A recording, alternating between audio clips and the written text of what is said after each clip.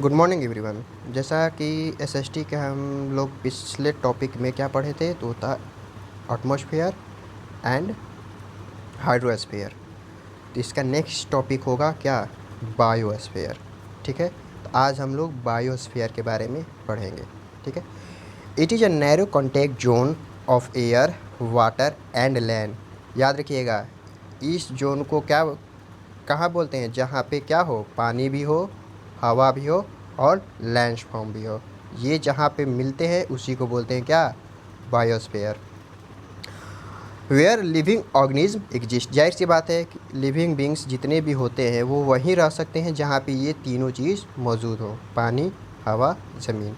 ठीक है, the biosphere makes the earth a unique planet. Biosphere ही अर्थ को यूनिक प्लैनेट बनाता है, क्योंकि लिथोस्फीयर तो लगभग सभी प्लैनेट्स के पास होते हैं। ठीक है, कुछ के पास पानी भी होते हैं, कुछ के पास एयर भी होते हैं, लेकिन ये तीनों का मिश्रण नहीं होता है। यानी एक ही प्लैनेट पे ये तीनों चीज़ हो, ये पॉसिबल नहीं है अर्थ को छोड़कर। इसीलिए अर्थ को यूनिक प्लैनेट बोला जाता है। ठीक है, क्योंकि अर्थ के पास ये सभी चीज़ें जो जीने के लिए ज़रूरी होता है। The biosphere is a made up distinct zone called biomes और इकोसिस्टम। इस स्फीयर को हम क्या बोलते हैं, बायोम्स या ecosystem, which कंसाइड with a climate zone of the world. यही सब मिलकर क्लाइमेट बनाता है पूरी दुनिया में। Can you give reason for this? Yes, इसका रीज़न यही है कि हम जानते हैं क्लाइमेट या वेदर किससे इफ़ेक्टेड होता है, तो वो है पानी, टेम्परेचर, हवा। यही सब मिलकर के ना क्लाइमेट्स को इफ़ेक्ट होता है। तो ये सारे चीज़ बायोस्फीयर में मौजूद होते हैं। ठीक है, ecosystem found on land are called terrestrial ecosystem. वो इकोसिस्टम जो लैंड्स पे पाए जाते हैं उसको क्या बोलते हैं, टेरेस्ट्रियल इकोसिस्टम। ठीक है, while those found in water are called aquatic ecosystem. याद रखिएगा, कुछ ऐसे जीव जंतु होते हैं जो पानी में भी रहते हैं, उसको क्या बोलते हैं, aquatic ecosystem. Marine ecosystem exist only on sea and ocean. Marine ecosystem उसी को बोलते हैं जो जीव जंतु समुद्र में और महासागरों में रहते हैं। लेकिन एक्वाटिक इकोसिस्टम उसको बोलते हैं जो पानी में, यानी नदी में, तालाब में, या फिर कर सकते हैं झीलों में एग्जिस्ट करते हैं, उसको बोलते हैं एक्वाटिक इकोसिस्टम। ठीक है, plants and animal existing together a distinct physical environment for an ecosystem in which energy and matter is continuously recycled। जाहिर सी बात है, जो मैटर होता है और एनर्जी ये वो रिसाइकिल होता रहता है, एक फॉर्म से दूसरे फॉर्म में, दूसरे से तीसरे फॉर्म में। ये जानते हैं एनर्जी क्या होता है, एनर्जी को ना तो हम क्रिएट कर सकते हैं, ना ही उसको हम डिस्ट्रॉय कर सकते हैं। उसको क्या कर सकते हैं, एक फॉर्म से दूसरे फॉर्म में ट्रांसफ़र कर सकते हैं। ठीक है, जैसे में हम सोलर एनर्जी को इलेक्ट्रिक एनर्जी में ट्रांसफ़र करते हैं। आप लोग देखे होंगे, जो सोलर प्लेट लगा होता है वो क्या करता है, तो सोलर एनर्जी को क्या किस में ट्रांसफ़र करता है, तो इलेक्ट्रिक एनर्जी में ट्रांसफ़र कर देता है। तो ये क्या होता है, ये ट्रांसफ़र रिसाइकल्ड होते रहता है। ठीक है, ecosystem are subject to change due to the several factor. ये बात पता है कि इकोसिस्टम बहुत सारे फैक्टर से क्या हो सकता है, चेंज हो सकता है। This change affect the plants and animal life existing in that environment. जाहिर सी बात है, जब इकोसिस्टम इफेक्ट होगा तो प्लांट्स और एनिमल्स के लाइफ में भी कुछ न कुछ प्रभाव पड़ेगा। ठीक है, ठीक है, इतना समझे। अब चलते हैं आगे वाले टॉपिक पे, देखते हैं आगे वाले टॉपिक क्या है। आज नेक्स्ट टॉपिक है क्या, तो वो है लिथोस्फीयर। लिथोस्फीयर जानते हैं किसको बोलते हैं, लिथोस्फीयर बोलते हैं ज़मीन को, लैंड्स को। ठीक है, चलिए देखते हैं क्या कह रहा है। The word litho has been drive from the Greek language meaning stone. याद रखिएगा, लिथोस्फीयर लिथो वर्ड से लिया गया है, जो कि ग्रीक लैंग्वेज से लिया गया है। इसका अर्थ होता है स्टोन, ठीक है। A thin and solid upper covering of earth is known as lithosphere. Earth का ऊपरी भाग को हम क्या बोलते हैं? लिथोस्फीयर, जहाँ पे जीव जंतु एग्जिस्ट करते हैं यानी रहते हैं। It is the top layer of the earth which is upper granite SiLN शील, silicon plus aluminium and the intermediate basic layers Seema, silicon and magnesium on which all the continents sand and ocean rest। यही सारे चीज़ ऊपर, यही चीज़ों से ये क्या बना है? हमारा लिथोस्फीयर ऊपरी भाग बना है, और बाकी ओशियन एंड सैंड्स, यानी बहुत सारे देखे होंगे, बहुत सारे एरिया में रेगिस्तान भी है। This is the part which acts as an envelope of the surrounded the interior of the earth. ये क्या करता है? अर्थ के ऊपरी भाग को ढक कर रखता है, ठीक है। Earth can be divided into 3 layers mainly crust, mental, core. जो पृथ्वी है, हमारा अर्थ है, उसको 3 भाग में डिवाइड किया गया है। इसके इंटीरियर पार्ट को लेकर, वेदर को लेकर नहीं, ठीक है। लेयर, इसके लेयर को, यानी अंदर वाले लेयर को क्या बोलेंगे? जो एकदम सेंटर में हो, उसके ऊपर क्या बोलेंगे? उसके ऊपर, ठीक है। तो सबसे ऊपरी लेयर को बोलते हैं क्रस्ट, उसके नीचे होता है मेंटल, उसके नीचे होता है कोर। सबसे इंटरनल जो पार्ट होता है सेंटर, उसको क्या बोलते हैं? Core. Crust is a thinnest layer of the lithosphere, यानी सबसे मोटा कोई लेयर होता है तो क्या होता है?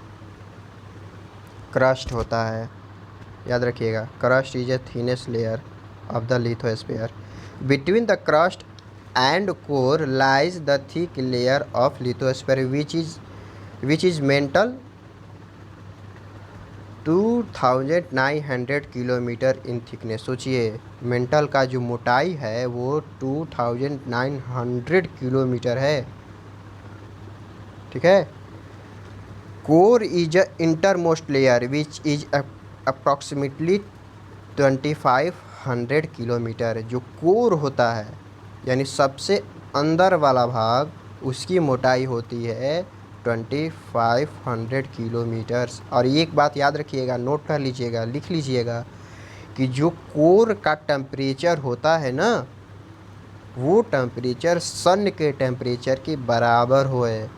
यानी हमारे अर्थ का सबसे इंटीरियर भाग में जो टेम्परेचर है, वो टेम्परेचर सन के टेम्परेचर के जितना बराबर है। सोच लीजिए कितना टेम्परेचर होता है। इसीलिए इस भाग में, ये वाले भाग में सभी कुछ क्या लिक्विड फॉर्म में पाया जाता है। लिक्विड फॉर्म में क्यों? क्योंकि इतने टेम्परेचर है कि सारे चीज़ गल जाता है। देखिए, आप देखे होंगे जब यही चीज़ बाहर निकलता है तो उस फट के बाहर निकलता है, जिसको हम क्या बोलते हैं? जिसको वोल्केनो बोलते हैं। ये वोल्केनो के द्वारा ये बाहर आता है, जो लिक्विड फॉर्म में जो रहता है, ठीक है। चलिए आगे बढ़ते हैं। Lithosphere is very important for all source of life in the sense that it provide food to all living beings. Lithosphere इसलिए ज़रूरी है कि हमें भोजन प्रोवाइड कराता है। एटमॉस्फेयर इसलिए ज़रूरी है कि हमें हवा देता है। बायोस्फीयर इसलिए ज़रूरी है क्योंकि ये हर सुविधा हमें देता है, ठीक है। हाइड्रोस्फीयर इसलिए ज़रूरी है कि उससे हमें पानी मिलती है। लिथोस्फीयर इसलिए है इम्पोर्टेंट क्योंकि ये हमें फूड प्रोवाइड करता है, ठीक है। All kinds of material and metals are embedded in the rocks.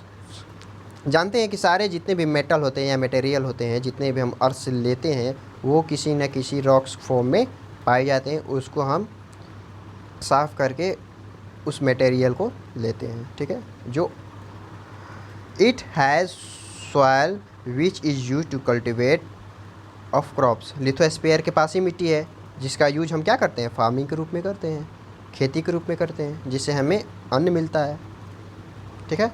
चलिए आगे बढ़ते हैं।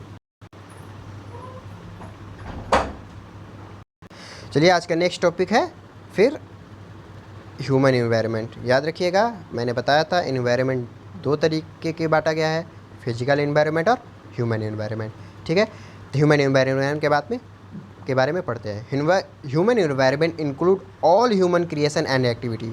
ह्यूमन एनवायरनमेंट हर उस चीज़ को शामिल किया गया है जो इंसान करते हैं। ठीक है, human beings have continuously adopt their physical environment and also affected it since the earliest time. याद रखिएगा, ह्यूमन बींग्स जो हैं अपने आसपास के एनवायरनमेंट के अडॉप्ट करते चले गए और साथ ही साथ इसको इफ़ेक्टेड भी करते चले गए। यानी ह्यूमन जो थे पहले बहुत कम ही जगह पे रहते थे, जैसे जैसे इनका पॉपुलेशन बढ़ा ये अलग अलग एरिया में बढ़ते चले गए और उस एरिया के एनवायरनमेंट अडॉप्ट करते चले गए और इस एनवायरनमेंट को डिस्टर्ब भी करते चले गए। अब देखिए कैसे।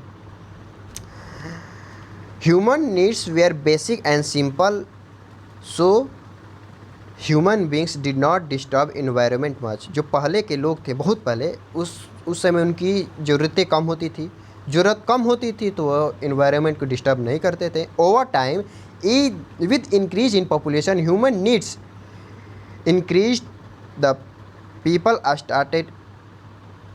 started expand their area of influence. Forests were cleared to get lands for agriculture. New towns along with industry, road, railway were built. जब इनकी पॉपुलेशन बढ़ने लगा तो ये अलग अलग जगह पे बढ़ते चले गए। जब पॉपुलेशन बढ़ा तो खेती योग्य भूमि की ज़रूरत बढ़ने लगी। खेती योग्य भूमि बनाने के लिए क्या किया गया, फॉरेस्ट को साफ़ कर दिया गया, काट दिया गया।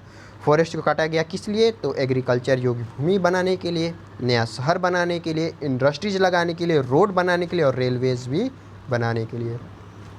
तो ये सारे काम करने के लिए फॉरेस्ट को काटा गया, साफ़ किया गया। जाहिर सी बात है फॉरेस्ट कटेगा तो हमारा इन्वायरमेंट डिस्टर्ब होगा। Animal where killed for food and others needs. Animal को भी मारा गया किस लिए, तो भोजन के लिए और अदर ज़रूरत को पूरा करने के लिए। All this activity have had and adverse effect on environment. जाहिर सी बात है फॉरेस्ट काटा जाएगा, पेड़ पौधे को काटे जाएंगे, इंडस्ट्री लगाएंगे जिससे पोल्यूशन बढ़ता है, एनिमल्स को भी मारेंगे तो हमारा एनवायरनमेंट तो डिस्टर्ब होगा ही। For example many species of animals and birds have become extinct because of deforestation. बहुत सारे जानवर और बर्ड्स या तो विलुप्त हो चुके हैं या विलुप्त होने के कगार पर हैं। उसका एकमात्र कारण है डेफोरेस्टेशन। उनकी जब घर को ही कम कर देंगे, उनके जहाँ पे वो रहते हैं उनके एरिया को ही कम कर देंगे तो जाहिर सी बात है उनकी लाइफ को हम डिस्टर्ब कर देंगे। This is the also reason for increase amount of carbon dioxide in the air. अब पेड़ को काट दें, आप जानते हैं साइंस में पढ़े हैं कि पेड़ ही कार्बन डाइऑक्साइड गैस को ऑब्जॉर्ब करते हैं और उसको ट्रांसफ़र करते हैं ऑक्सीजन में। इसी को कम कर दें और इंडस्ट्री को बढ़ा दें, यानी कार्बन डाइऑक्साइड के उत्सर्जन को बढ़ा दें और उसको ऑब्जॉर्ब करने वाले जो सिस्टम है उसको कम कर दें तो एयर में कार्बन डाइऑक्साइड गैस बढ़ेगा ही। कार्बन डाइऑक्साइड गैस गर्म होती है, जहाँ जिस एनवायरनमेंट कार्बन डाइऑक्साइड गैस की मात्रा अधिक होगी वहाँ टेम्परेचर भी अधिक होगा। यही एकमात्र कारण है हमारे ग्लोबल वार्मिंग का, which is and main causes of global warming. जानते हैं कि कार्बन डाइऑक्साइड गैस को ग्लोबल वार्मिंग के नाम से भी जाना जाता है। ठीक है, तो हम क्या कर रहे हैं आजकल, तो कार्बन डाइऑक्साइड गैस की उत्सर्जन ज़्यादा करते हैं और कार्बन डाइऑक्साइड गैस को जो ऑब्जॉर्ब करता है उसकी भी संख्या को हम दिन प्रतिदिन कम करते जा रहे हैं। इसका एक कारण है टेम्परेचर का बढ़ना, ग्लोबल वार्मिंग का बढ़ना। ठीक है, आज 3 टॉपिक पढ़े हैं, biosphere, lithosphere and human environment. इन तीनों टॉपिक में से आपको कम से कम 8 क्वेश्चंस को लिखना है। क्वेश्चन मतलब अच्छे से, ऐसा एक नहीं कि होमवर्क मिला है तो किसी भी तरह करके इसको कंप्लीट कर दिया जाए, नहीं। होमवर्क मतलब उसको अच्छे से करिए। ठीक है, अच्छा क्वेश्चन बनाइए, उसका अच्छे से आंसर लिखिए। धन्यवाद।